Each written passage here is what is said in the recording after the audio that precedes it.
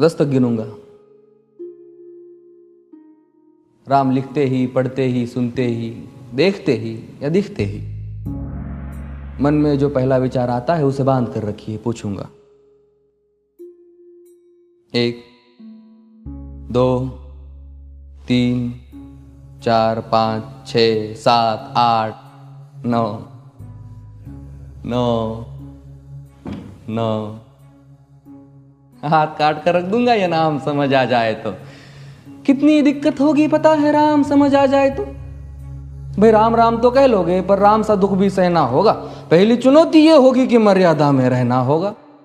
और मर्यादा में रहना मतलब कुछ खास नहीं कर जाना है, बस त्याग को गले लगाना है और अहंकार जलाना है।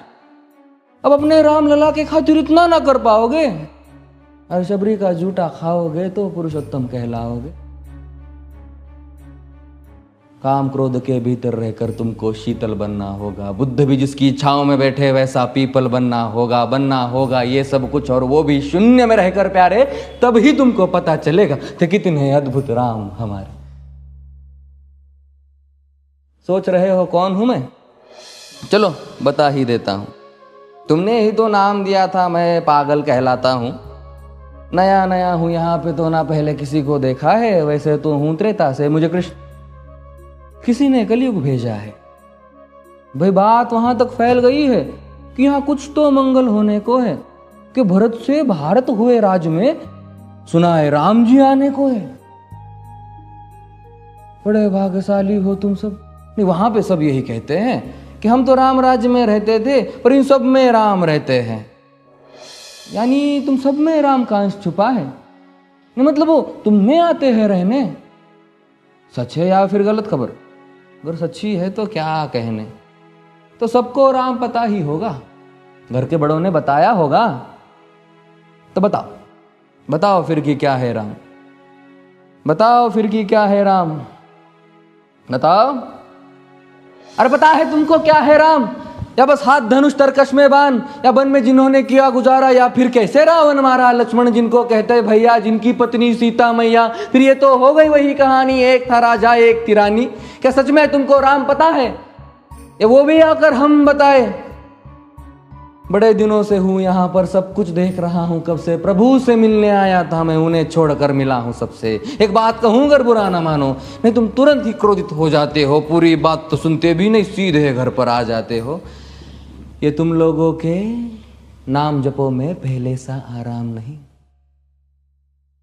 ये तुम लोगों के नाम जपो में पहले सा आराम नहीं। इस जबरदस्ती के जय श्री राम में सब कुछ है, बस राम नहीं। ये राजनीति का दाया बाया जितना मर्जी खेलो तुम। दाया बाया, अरे दाया बाया ये तुम्हारी वर्तमान प्रादेशिक भाषा में क्या कहते हो उसे? हाँ वो लेफ्ट एंड राइट। ये राजनीति का दाया बाया जितना मर्जी खेलो तुम चेतावनी को, लेकिन मेरी अपने जहन में डालो तुम। निजी स्वार्थ के खातिर अगर कोई राम नाम को गाता हो तो खबरदार अगर जुर्रत की और मेरे राम को बांटा तो। भारत भू का कवि हूं मैं, तभी निडर हो कहता हूं राम है मेरी हर रचना में। मैं बजरंग में रहता हूं, भारत की नींव है कविताएं और सत्य हमारी बातों में। तभी कलम हमारी तीखी और साहित्य हमारे हाथों में। तो सोच समझ कर राम कहो तुम। ये बस आतिश का नारा नहीं, जब तक राम हृदय में नहीं तुमने राम पुकारा नहीं।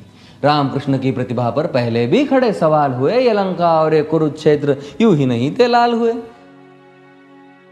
अरे प्रसन्न हंसना भी है और पल पल रोना भी है राम। सब कुछ पाना भी है और सब पाकर खोना भी है राम।